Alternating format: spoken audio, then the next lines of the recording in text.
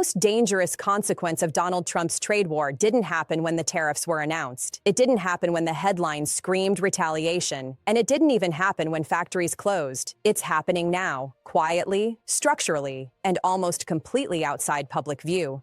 While Americans were told this was about strength, leverage, and winning, something else was unfolding beneath the noise. Allies adapted, capital moved, supply chains rerouted, and the United States, the country that once anchored the global trading system, was slowly designed out of it.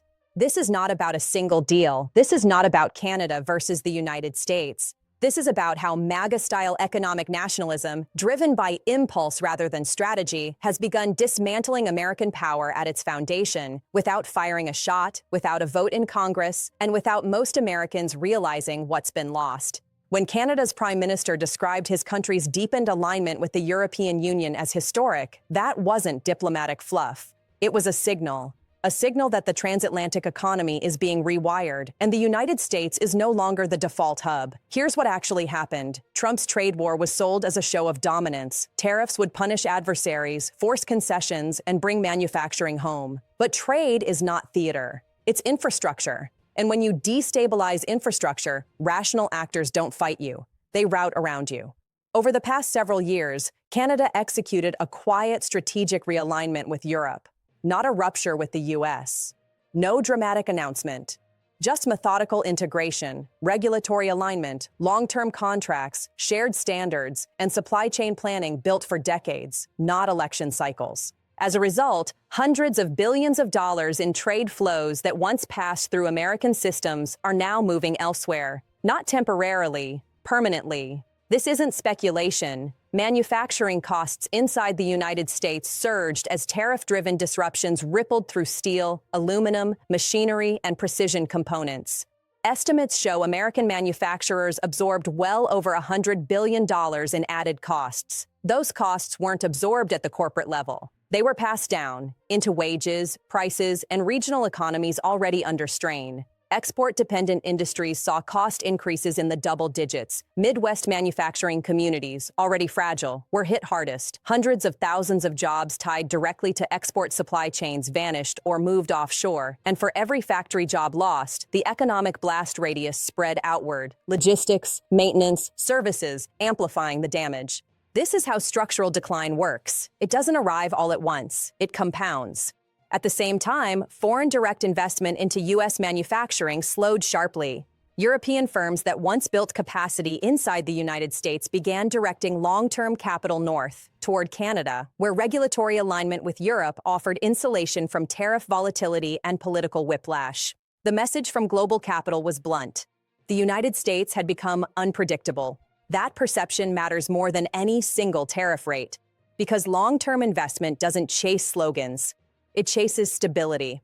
As investment slowed, Washington attempted to paper over the damage with subsidies, compensation programs meant to offset tariff pain. Tens of billions were spent, deficits widened, and those costs became embedded. This wasn't temporary relief.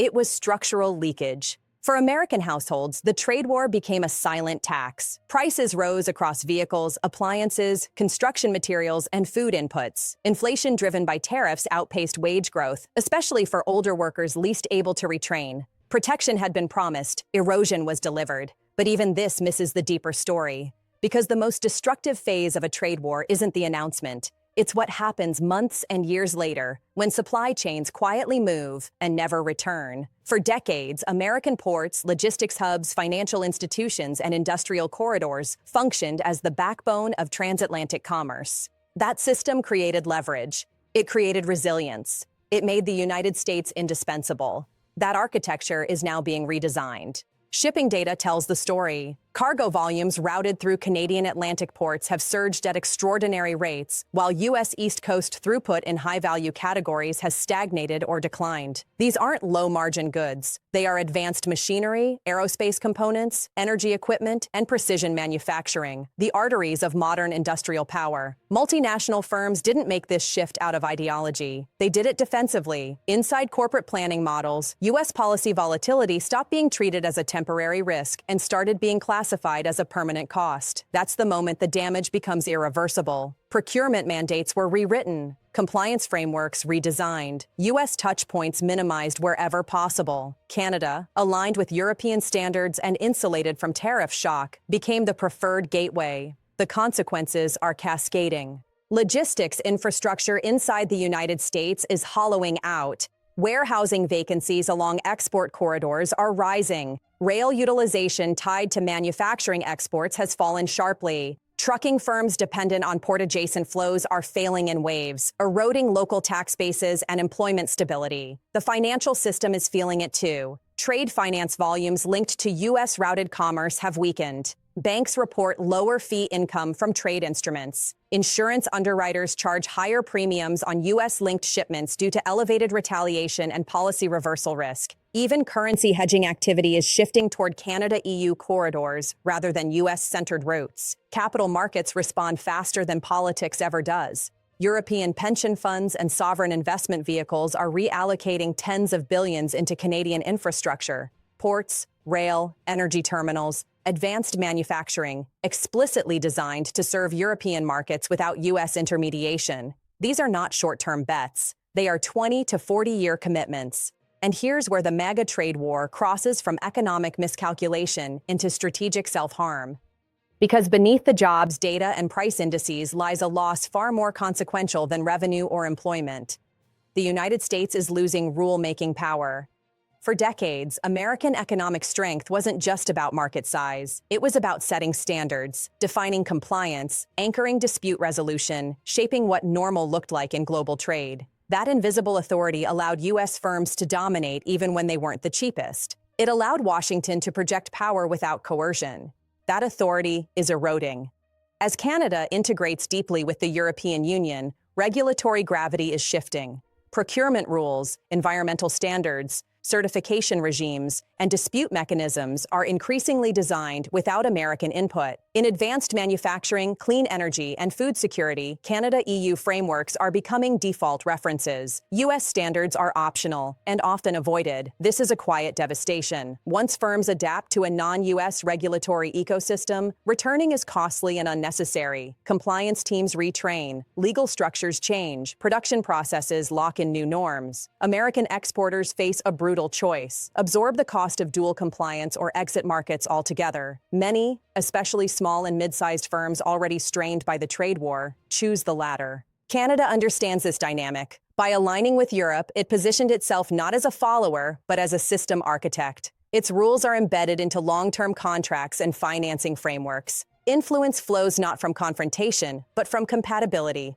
The United States, meanwhile, trained its partners to hedge against American leadership. Every tariff threat, every sudden exemption, every retaliatory spiral reinforced the perception that access to the U.S. market was politically fragile. Over time, that perception becomes reality. In past crises, Washington could coordinate responses because it was indispensable. Now, parallel systems are emerging that function smoothly without U.S. participation. Influence that once came automatically must now be negotiated with fewer bargaining chips. This is the real legacy of Trump's trade war: not toughness, not leverage, but a hollowing out of strategic depth. Strategic depth isn't measured in quarterly GDP. It's measured in resilience, how an economy absorbs shocks, secures essential inputs, and sustains production under stress. By destabilizing trade relationships and alienating allies, the United States reduced its buffer against future disruption. Canada increased its own by embedding across multiple economic blocs simultaneously. Supply chains are power. Control over energy flows, critical minerals, advanced components, and food security determines who sets terms during crisis. As Canada cements its role within the Canada-EU framework, it gains leverage economically and diplomatically. The United States shifts from coordinator to participant, often viewed as unpredictable rather than essential, and this shift is self-reinforcing. Each firm that exits U.S.-centered systems makes the next exit easier. Each infrastructure investment elsewhere locks in new dependencies. By the time the damage appears clearly in employment or fiscal data, reversal becomes nearly impossible.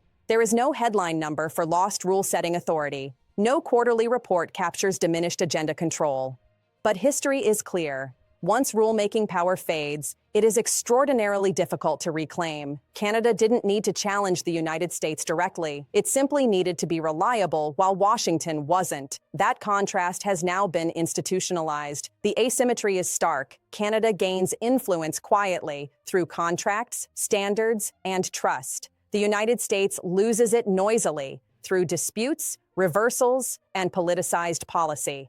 This is why the moment matters. The United States isn't just losing trade, it's losing the ability to shape the environment in which trade occurs. That loss weakens competitiveness, constrains diplomacy, and narrows future options. And yet, most Americans remain unaware. Structural decline is most dangerous when it's invisible. By the time consequences are undeniable, the architecture is already locked in. If this trajectory continues, the United States faces a world where it is no longer the primary reference point for global trade decisions. That moment, once unthinkable, is approaching quietly. The trade war didn't produce a sudden collapse. It produced a turning point. Contracts shifted, routes locked in, trust eroded. Canada treated trade as infrastructure. Trump treated it as a weapon. Markets responded accordingly. Dominance in the modern economy isn't maintained through intimidation. It's maintained through indispensability. The United States once understood that. MAGA forgot it. And the cost of that forgetting will shape American power for decades. If this analysis connected dots for you, you're part of a community that refuses to look away. Subscribe, not for me, but because truth needs witnesses.